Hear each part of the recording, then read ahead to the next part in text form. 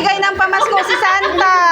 Yay! Thank you, Ninang! Ayan pa, Vince! Thank you, Ninang! Thank you, Ninang! Yay! Thank you, Ninang! Tuwan-tuwa!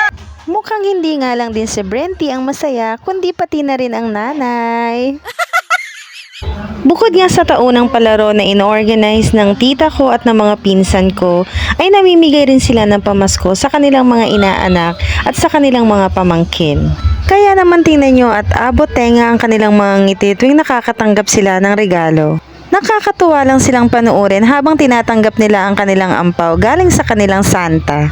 At pagka nakaupo na nga yan sila ay unti-unti nilang bubuksan yung kanilang mga ampaw at grabe yung kanilang ngiti sa labi. Every year nga itong ginagawa ng kanilang Santa ang mamigay ng ampaw sa kanilang mga inaanak at syempre sa mga batang nandito.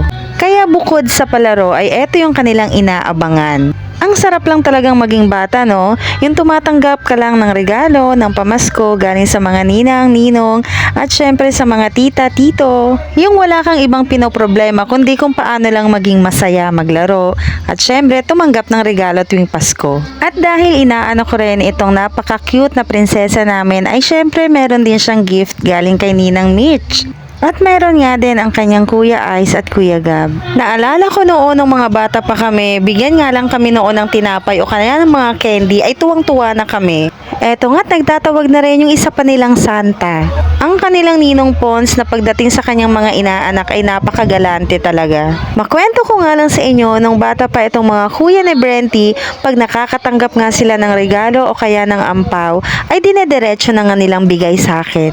Opo, sa akin po talaga nila pinapatago ang mga napamaskuhan nila at dahil tiwalang-tiwala sila na maitatago ko rin ang kanilang mga napamasko.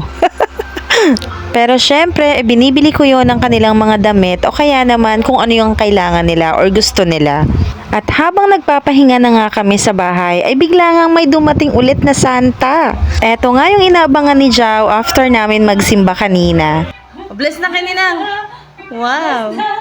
Muntulin ni Brenda. Next year na! Wow! Dilaw! Hindi nagpa-thank you si Jao. Thank you. Lalala si Brenda. Hindi ka itong iba, nakirag pa ba? Tawagin mo sila JJ. Uy. Thank you, Ninong! Uy, ay, nagbe-bless. Wow!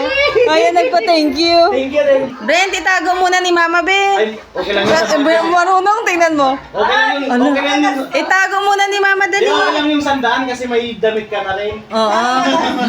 May regalo na. Ramong pang biscuit. Ila. Mag-bless muna kay Nina. Mag-bless muna. Bless muna kay Nina. Bless. Oo. Bless muna. Mag-bless muna kay Nina. Thank you, Santa. Thank you. Wow. Mag-bless daw siya. Siyang-siyang. Ay, Siyang-siyang. ay hindi nagpa-thank you siya siyang babawiin. Brent. Akin na, Be. Itago na ni Mama, Be. Brent. Akin na, tago na ni Mama, Be. Yeah. Thank you. Lalagay na sa wallet. Thank you nga rin pala sa Maricoy Risco na laging may pag-gift sa mga kids and also, syempre hindi mawawala ang sa akin. And also kay Maricoy Ven na napakaganda ng damit na na-receive ko. And also sa mga bata. Merry Christmas ulit sa inyong lahat!